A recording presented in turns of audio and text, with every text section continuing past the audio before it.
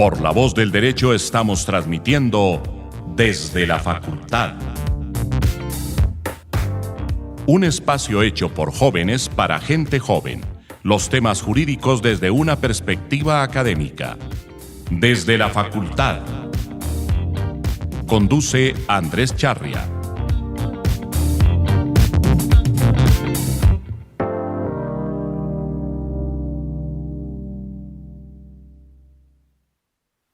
Bueno, buenas tardes, buenas noches, buenos días a la hora que nos escuchen. Esta es La Voz del Derecho, nuestro programa desde la facultad. Hoy nos acompañan quien les habla, Emilio Archila de la Universidad Javeriana, Isabela Blanco, nuestra única mujer por hoy porque Sofía tuvo un compromiso al que no pudo faltar, familiar, de la Universidad Javeriana también, cuasi abogada, Juan Pablo Carbonell de la Universidad de los Andes, también cuasi abogado, Rafael Torres Camargo de la Universidad Javeriana, compañero sentidísimo, y Reinel Rojas de la Universidad Externado, también creo que él sí está graduado, ¿cierto, Reinel? Bueno, él sí está graduado, entonces sí es abogado, y les traemos un tema bastante interesante que de hecho propuso Isabela la semana pasada, y este es el de el análisis o opinión jurídica acerca de el juego del calamar. Entonces, esto me parece muy interesante porque es un tema de actualidad y nosotros vamos a tratar de empezar a traer estos temas para ver un poco cómo lo jurídico también se puede analizar en todo lo que nosotros vemos en el día a día. Pero bueno, otra cosa que les queremos advertir es que van a haber spoilers, o sea, vamos a hablar acerca del contenido del juego del calamar y por ende, pues, si no se han visto el juego del calamar y no quieren, pues, perderse de, pues, las sorpresas que esto tenga, entonces, pues, esto sí es una advertencia como tal. Pero no sé quién quiera comenzar un poco a hablar acerca de qué se trata el juego del calamar, o prefieren, Reinel quiere decir acerca de qué se trata, o bueno, yo lo digo entonces. Este es un show de Netflix que dirige Hwang Dong-hyuk, que es un director y guionista, y se inspira en su propia crisis económica para plantear este relato sobre cientos de personas con deudas gigantescas que se someten a unos sádicos juegos donde el sobreviviente se llevará una exorbitante suma de dinero. Algo muy interesante acerca de este concepto, en donde pues ahondaremos en eso más adelante, todo el mundo se asesina unos a otros, es que todo esto comenzó con una novela que se llama Battle Royale, que es de 1999, también asiática, también japonesa si no estoy mal, la cual ha comenzado pues todo un género o pues fenómeno social acerca de lo que significa la palabra Battle Royale. Y él se inspiró en los juegos de lucha libre, si no estoy mal, en donde en este concepto el luchador entra pues a la jaula y pelea pues con muchísimas personas, pero este concepto se ha traído a videojuegos, a la vida social en general, y hoy vamos a discutir un poco su contenido jurídico. Juan Pablo, ¿qué nos quisieras compartir para comenzar entonces un poco acerca de el juego del calamar? Bueno, yo creo que hay varias cosas, pero si nos vamos a meter con el derecho y empezamos a relacionar todo esto, yo quiero traer a colación un primer elemento, no sé cómo le van ustedes, me gustaría saber su opinión, de pues un poco de unos temas que no necesariamente son los más taquilleros en derecho, pero que son importantes para saber de dónde viene todo esto que estudiamos y en lo que trabajamos, y es un poco una cuestión de la teoría jurídica. Y no sé si se acuerdan en sus primeros semestres cuando vieron los conceptos de estado de naturaleza y todo lo que nos contaban acerca de los experimentos mentales que hacían los contractualistas para poder justificar la existencia de un estado y pues en esa época por ende la existencia también del derecho. Y yo siento que todas estas dinámicas un poco al igual que como los juegos del hambre, porque es que también hay aires, ¿no? Hay cosas muy similares. Estos juegos se arrojan precisamente en un estado de naturaleza donde las personas que participan dentro de estos juegos no tienen ninguna u otra regla más allá que sobrevivir y hacer lo que sea necesario para sobrevivir. Bueno, pero un poquito para guiar a nuestros oyentes antes de seguir, quiero hablar acerca de la premisa de la serie como tal. Esto se trata de un señor que tiene una hija, tiene muchas responsabilidades, el señor vive con su madre, evidentemente todo lo que rodea a las personas a las que llaman a este juego del calamar son personas que tienen muchas deudas, Demasiados. sí, no tienen mucho dinero, y lo que vemos es que el señor se encuentra con otro personaje en una estación de tren, el cual le ofrece participar en un juego con el cual él pues prácticamente va a solucionar casi que todos sus problemas. Y una de las partes más importantes que vemos, la cual pues podemos analizar desde el comienzo, es que cuando este señor personaje principal va a entrar en este juego, el juego del calamar, pues no el juego del calamar como tal, pero el juego a donde va a participar, a él le piden firmar unas cláusulas, y en esas cláusulas él renuncia a muchos derechos, Sí. que yo creo que es lo primero de lo que podemos hablar, porque los derechos humanos son, entre otras cosas, innatos, universales e imprescriptibles Irrenunciables. e irrenunciables. ¿Sabes? Aquí me acordó a mí un poquito ese concepto.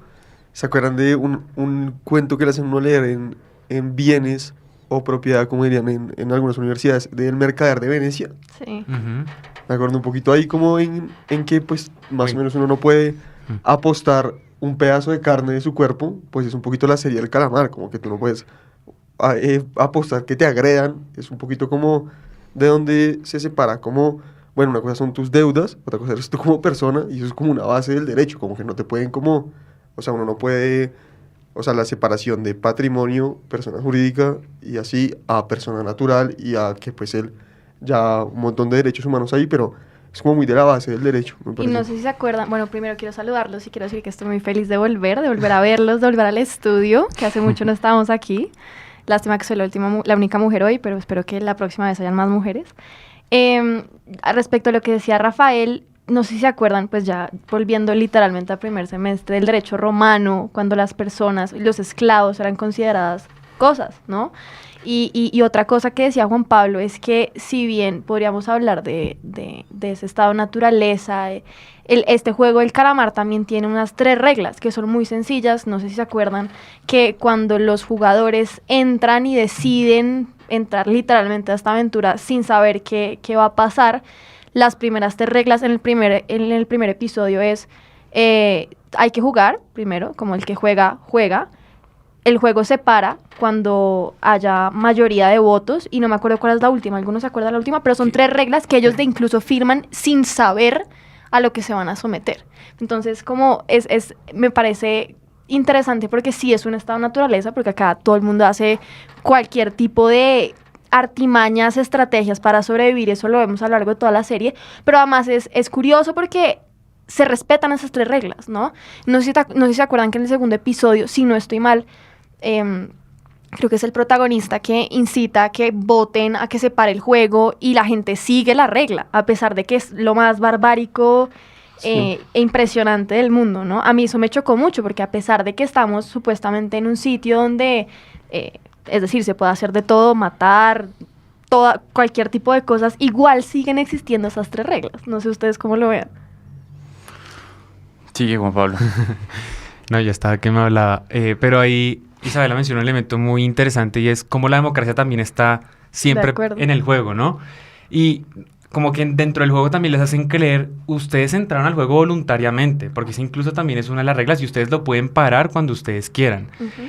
Pero ellos vienen de unos contextos económicos, más que todo personas rezagadas, incluso el mismo sistema económico, donde es verdaderamente voluntario. A estas personas las perfilaron, acuérdense que a estas personas les llegaban precisamente, y pues ahí hay una crítica interesante a la democracia que está por ahí debajito. Sí, o sea, es un tema de ficción, pero definitivamente se denota que se está atacando pues el sistema como tal de económico, por decirlo así, y me parece interesante entonces traer a colación un poco una sentencia acerca de la vida digna, o de la vida en general, que es la T444 del 99, en donde se establece que en reiterada jurisprudencia se ha sostenido que el derecho constitucional fundamental a la vida no significa la simple posibilidad de existir sin tener en cuenta las condiciones que en ello se haga, sino que, por el contrario, supone la garantía de una existencia digna, una existencia que vemos que en este caso, pues para estas personas no es para nada digna.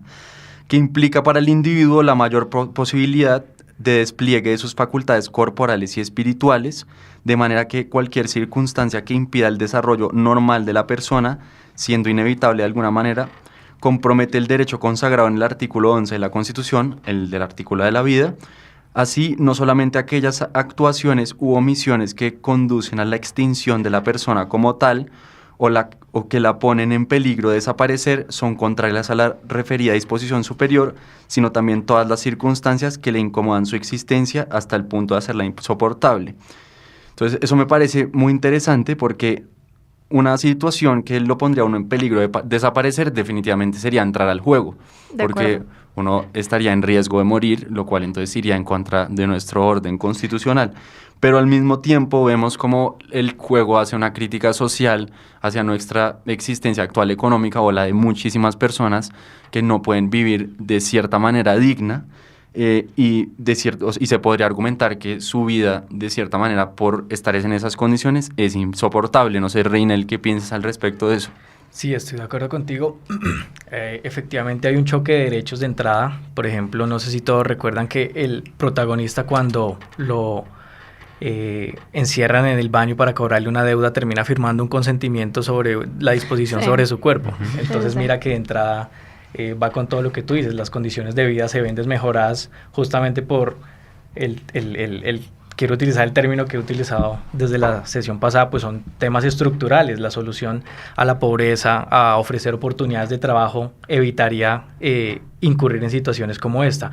Otro tema que yo quisiera plantear y que creo que es relevante porque creo que a todos nos pegó igual, y es que en los últimos capítulos vemos que se revela a los invitados, ¿sí? Sí. Estas personas que llegan con sus máscaras. Los VIP. Correcto, los VIP, que efectivamente son VIP, tienen una posición de privilegio que les permite disponer las condiciones de si los otros viven o no. Ellos son los que establecen el juego, los que dificultan el juego. No sé si recuerdan que en el juego del camino de los vidrios les apagaban la luz, es decir, ellos podían disponer sobre la vida de los demás. Eso no está muy apartado de la realidad. Hay posiciones privilegiadas, por lo menos en el contexto colombiano, que se pueden asemejar mucho a eso. Entonces, todo lo que tú dices, la vida se ve complicada en esas situaciones. En ese juego justo del vidrio, sí que hay una crítica relevante al sistema económico de hoy en día, porque es cuando el personaje, el que se quebró, el que fue a la escuela de Seúl, ¿cómo se llama? 218. 218, pero... Sang-woo. Es que los nombres son tan complicados. Sí, que yo... es verdad. Válido. Empuja a este tipo. Bueno, y el hecho de que hoy en día haya... Pues el hecho de que este tipo, que sea el sector financiero, sea el que lo empuja... No sé, a mí me parece que eso es una crítica, no es casualidad, y además es una vaina que en las películas se ha venido, o sea, esa relación que tiene la gente vaciada con el sector financiero está muy explotada. O sea, fíjate tú en El Guasón, este man mata a los de Wall Street para cuando empieza todo. Y pues, o sea, no tiene tanto que ver con derecho, y que ven la digresión, pero esa crítica me parece muy sutil, que sea él el que lo empuje cuando el tipo es el que viene salvándolo, porque y este tipo de puro mala persona, y cuando le cuestiona el personaje principal, lo empuja los morales, y él lo hubiera empujado a él. También me parece una crítica muy buena al mundo en el que se vive hoy en día. Pero yo quisiera acercarlo un poquito más hacia la juridicidad, pero desde el punto de vista de Isabela, porque si nos devolvemos unos miles de años atrás, esto sí no era tan loco de pensar. O sea, los gladiadores, por ejemplo, yo pensaba que se puede asimilar a lo que estamos viendo en la serie, y es porque si nosotros pensamos, el derecho de hace pues cientos de años no era demasiado diferente al que tenemos hoy en día. Puede que el de hoy sea mucho más específico y tenga unas diferentes condiciones, pero en alguna época, en una sociedad muy parecida a la nuestra, se pudo disponer de personas para la diversión de otras, en donde arriesgaban su vida, y esto era concebido como correcto. Entonces yo creo que si lo vemos desde ese punto de vista, creo que además de ser una crítica social, yo creo que es como un recordatorio de lo que sí es posible, en últimas, que nosotros decimos, no, claro, eso no puede pasar nunca, y efectivamente sí pasaba bastante. Sí, y no solamente para la diversión, sino para el servicio. O sea,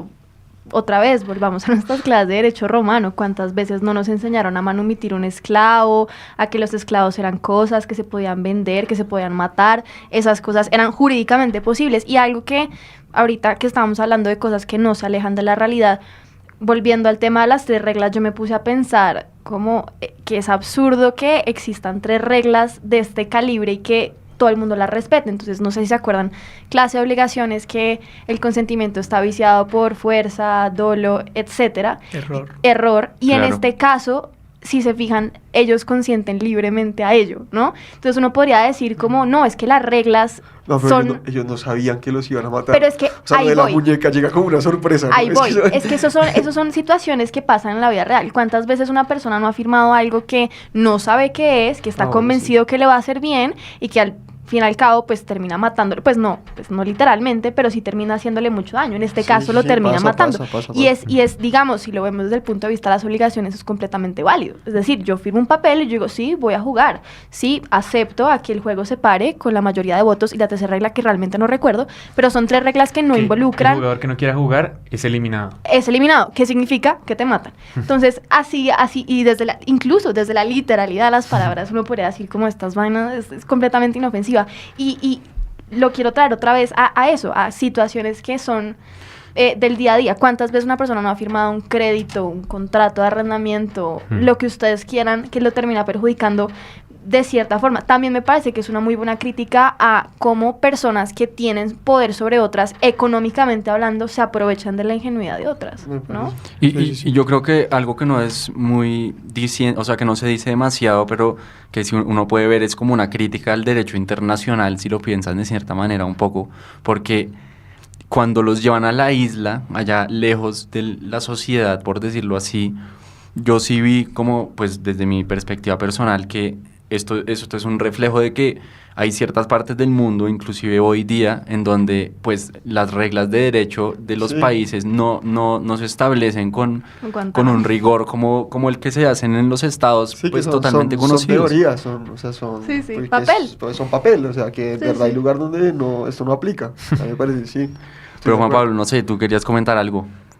No, pues yo iba un poco más del lado cuando citaste la sentencia y, digamos, se me iluminó un poco unas ideas que tenía detrás. Y bueno, también para relacionarlo con derecho, acá, no sé si ustedes se acuerdan como un poco de la historia del derecho comercial, cuando las personas quebraban, de ahí viene la palabra bancarrota, pues les rompían su banca y estas personas eran humilladas, las obligaban a vestirse, no necesariamente de bufones y a caminar por la ciudad, y estas personas eran rezagadas de la sociedad.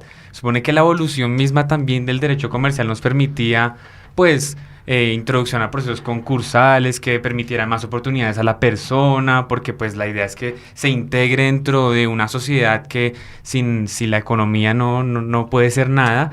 Pero acá, no sé si se acuerdan, no me acuerdo en qué parte es, pero dicen, cuando los que pierden, que querían seguir jugando y pierden la votación y querían seguir jugando, dicen, es que nosotros ya no valemos nada, nosotros queremos seguir jugando, no tenemos nada que perder. Y es como, me dejó pensando mucho, es como el sistema no ofrece ninguna alternativa. Y si tú fracasas en el sistema económico, pues ya no tienes otra cosa que hacer. Claro, hay matices. Por ejemplo, este Sang-woo era también criminal. Él sí, cometió delitos, ¿no? No solo fracasó, sino que también hizo cosas malas. Pero sí, eso quería decir. Pero pensando un poco en la sentencia, entonces quisiera traer a colación la otra cara, aparte de la vida, que yo creo que es el libre desarrollo, que pues los otros podrían argumentar que, bueno, puede que estemos afectando la vida, pero es con base al libre desarrollo. Entonces yo quisiera traer a colación la sentencia SU 642 del 98, en donde se establece que el derecho fundamental al libre desarrollo de la personalidad protege la capacidad de las personas para definir en forma autónoma las opciones vitales, y esa parte es importante para nuestro análisis, que habrán de guiar el curso de su existencia. En esta medida ha señalado que en el artículo 16 de la Carta Política se consagra la libertad in nunce, toda vez que cualquier tipo de libertad se reduce finalmente a ella o, dicho de otro modo, la anotada norma constitucional constituye una cláusula general de libertad. Así caracterizado, el derecho al libre desarrollo de la personalidad presupone, en cuanto a su efectividad, que el titular del mismo tenga la capacidad volitiva y autonomía suficientes para llevar a cabo juicios de valor que le permitan establecer las opciones vitales, nuevamente, conforme a las cuales dirigida su senda existencial. Entonces lo que podemos ver es que claramente en cuanto al libre desarrollo de la personalidad, esto no sería argumentable en Colombia, porque hablamos sobre opciones vitales que debe tomar la persona, pero entonces ahí uno entra a argumentar, ¿será que según el sistema es más vital tener dinero o realmente pensar en la seguridad pues física de uno mismo? No sé, Rafa, ¿qué piensas al respecto? No, pues no sé, o sea, piensa que si el desarrollo del derecho de la libre personalidad llega a su máxima expresión, y ya una expresión un poco, o sea, qué pena el argumento que ya es llevarlo muy al extremo, lo del juego del calamar podría pasar. O sea, si alguien dice, esto es como yo quiero desarrollar mi vida y este es mi proyecto de vida, a pesar de que, bueno, se tendría que ponderarse en contra de muchísimos, pues de casi todos los derechos fundamentales, a mí sí me parece muy interesante lo que hace la serie de que sea consensual y lo que citamos acá, de que estos tipos dicen que nosotros no valemos nada y este es el proyecto de vida que nosotros queremos matarnos para salir de nuestras deudas.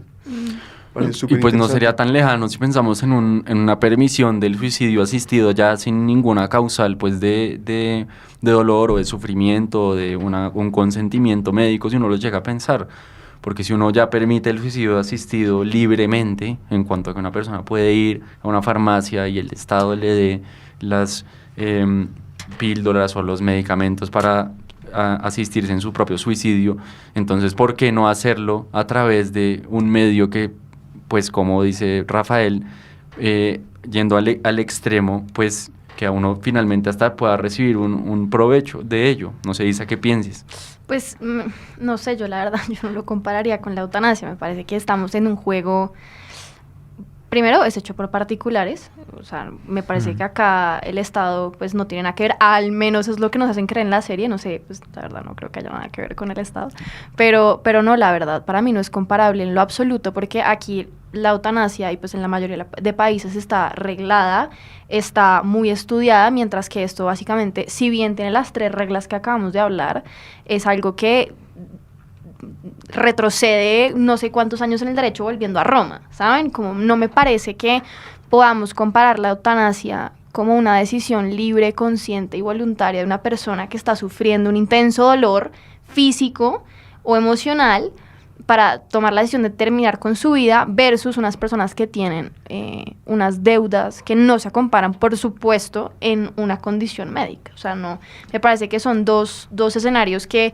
si bien llevan al mismo resultado, es decir, la muerte, creo que tienen causas y tienen fundamentos muy distintos. Porque acá estamos hablando de plata, aquí no estamos hablando de salud. Bueno, aunque algunos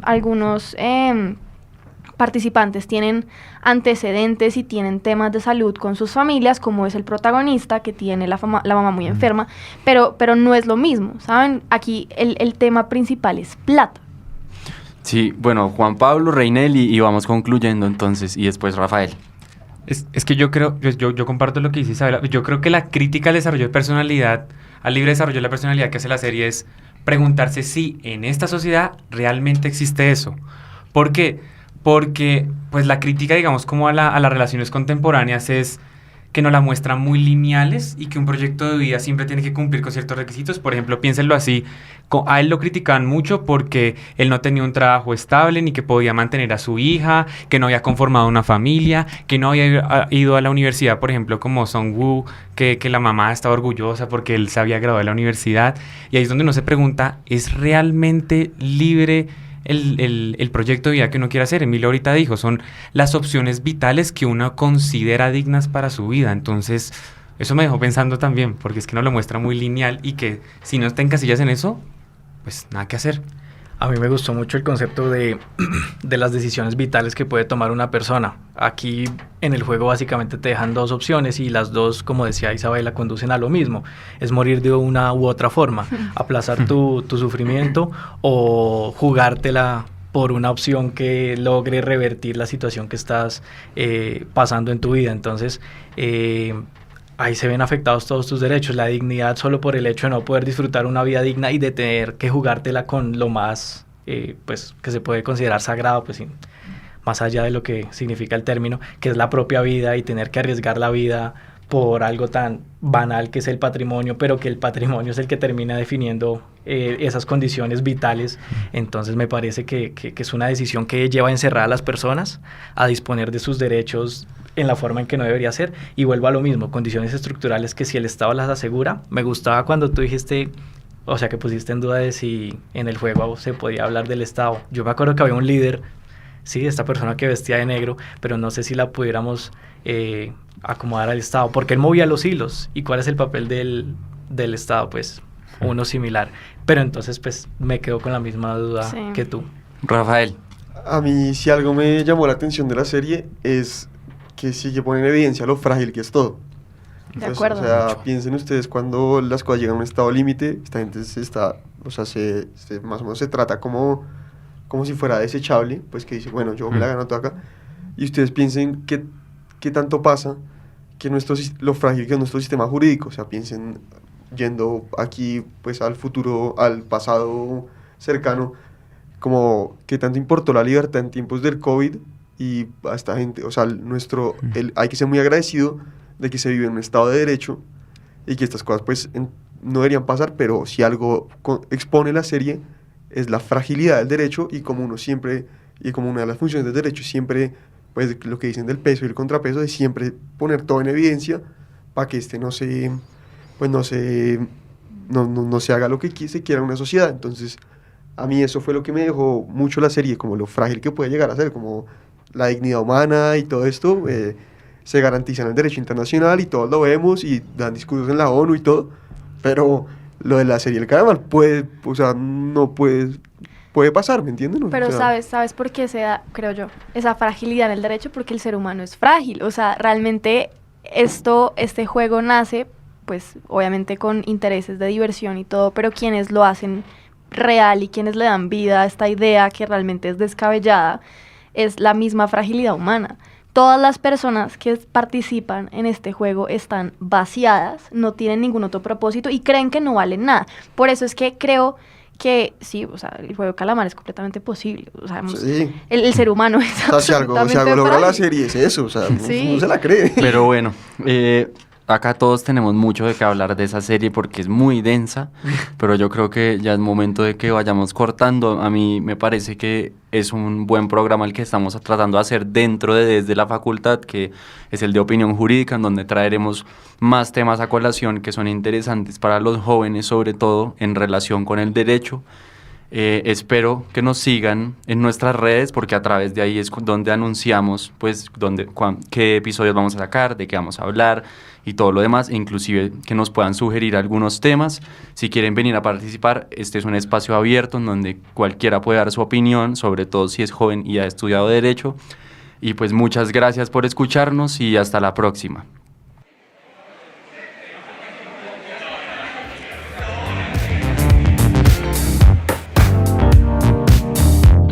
En La Voz del Derecho hemos transmitido Desde la Facultad. Un espacio hecho por jóvenes para gente joven. Los temas jurídicos desde una perspectiva académica. Desde la Facultad. Condujo Andrés Chapa.